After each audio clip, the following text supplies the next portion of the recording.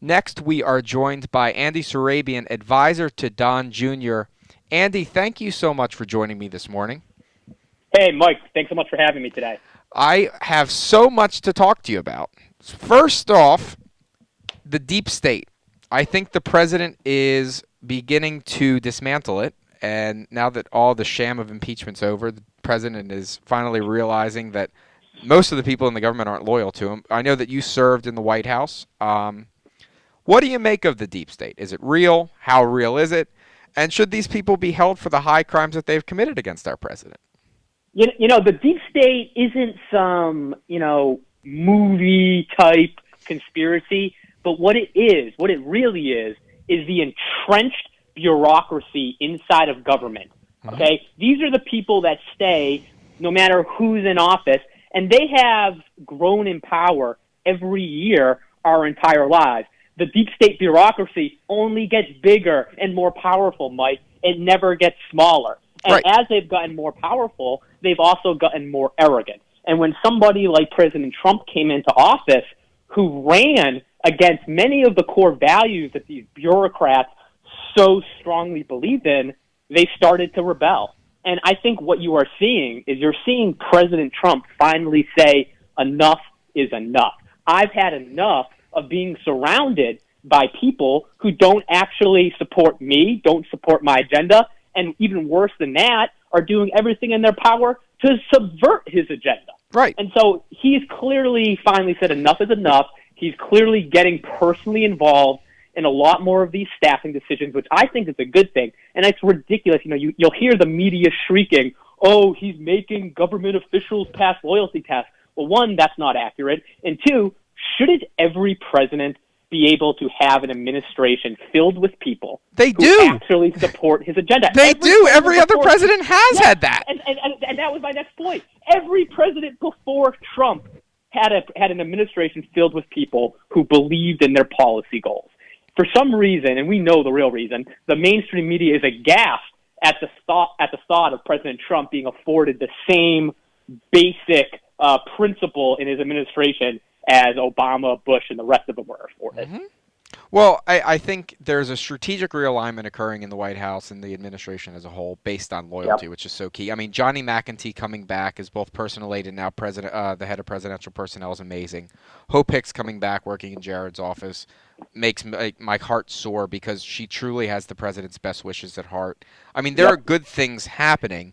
Now, you work with Don Jr. You're out on the road with Don. I do. What kind of reception is he getting? Because you look at the videos of the rallies, it looks like he's getting a lot of love. So what are you seeing out on the road? Listen, Don has a lot of natural political ability, and more than anything else, he's just totally fearless. Mm-hmm. I mean, you have a guy who for 2 years dealt with the entire mainstream media saying that he was going to be thrown in jail over some total BS. Every time he went anywhere, he had people saying, "Oh, you're going to get thrown in jail by Mueller." And he just put on a brave face and walked right through them.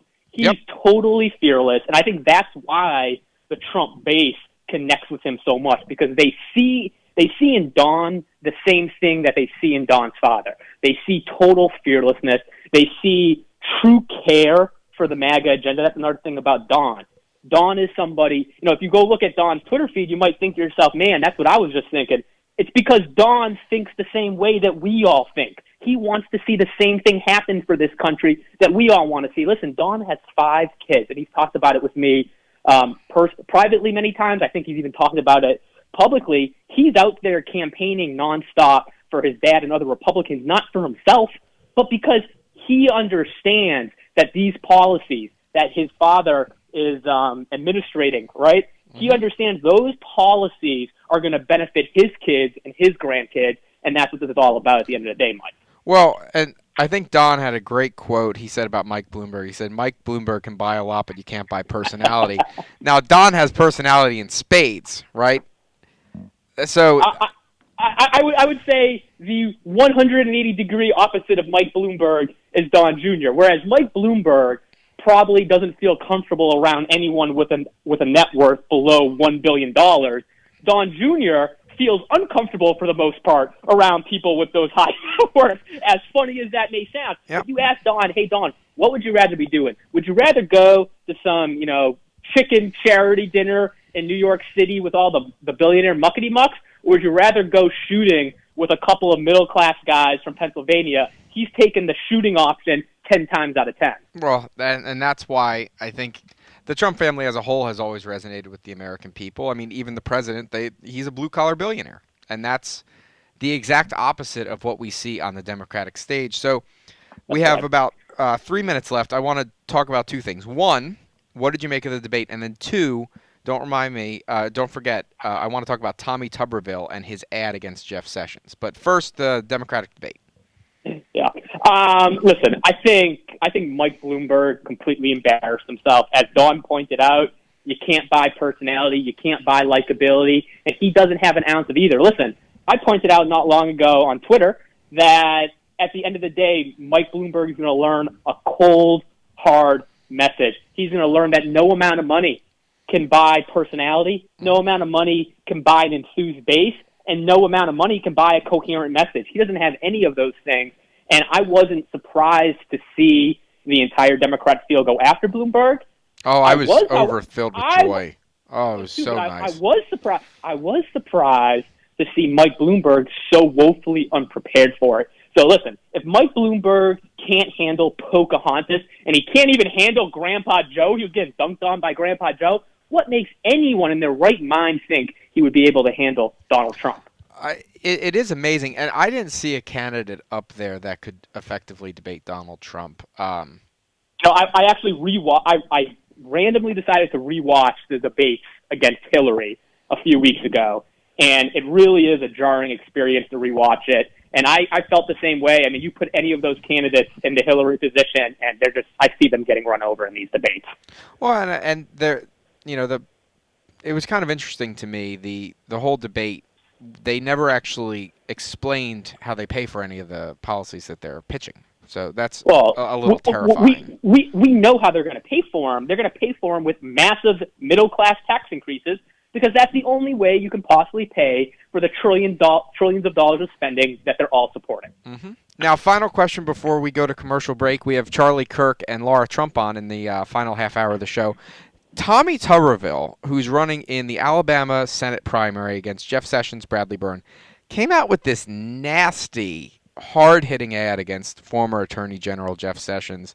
And I saw you had tweeted about it. I wanted to get your take on it and, point people that listened to go view this ad, which I found to be extremely off-putting.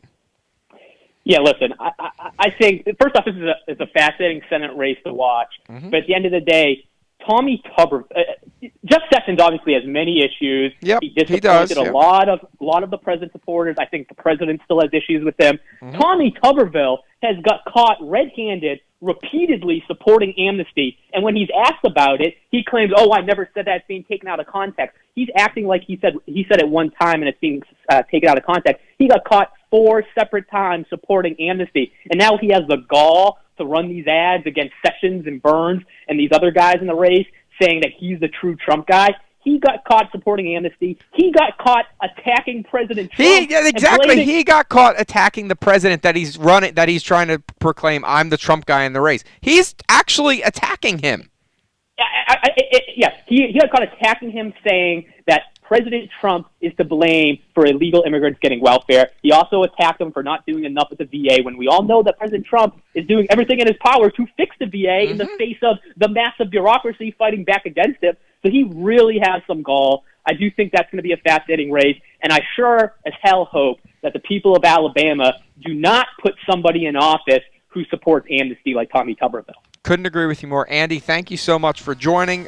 Pass on our regards to Don Jr. Thank you so much. This is Mike Rubino hosting the John Fredericks Radio Show, trucking the truth across Virginia.